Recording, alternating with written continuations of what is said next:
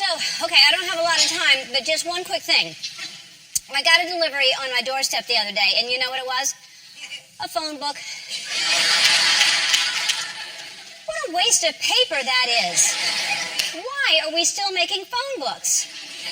Oh, I see confusion on the younger people's faces. Is it a book about phones, Ellen? What is it? Let me explain what a phone book is. Years ago, when we didn't have the internet to search for a phone number or address or cute videos of dogs that say, "Rah-rah-roo,"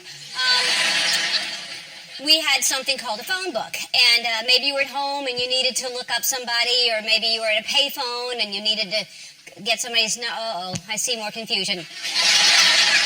A payphone was this thing that came before cell phones, and if you were out and you needed to make a call, you'd use a payphone, and you'd put a coin in the slot, and you'd call your mom and say, "Hey, pick me up at the bookstore." Oh, no. All right. Bookstores were...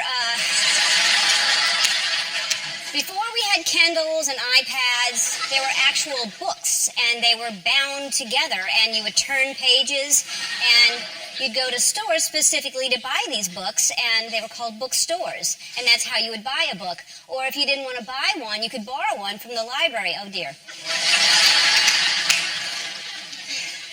Libraries were big buildings full of these books, and you would search through rows and rows of them, and then you would find the book that you wanted, and you would take it home and read it, you know, for a few days. And then you'd forget to return it, and you'd go to a different library because you didn't want to pay the late fee, you know, like a video store.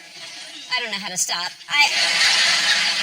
Video stores, before Netflix, if you wanted to watch a movie, you would go home and you would go to the video store, and they were like libraries. But instead of books, you would find movies, and then you would take one home and pop it into your VCR. Someone help me. A VCR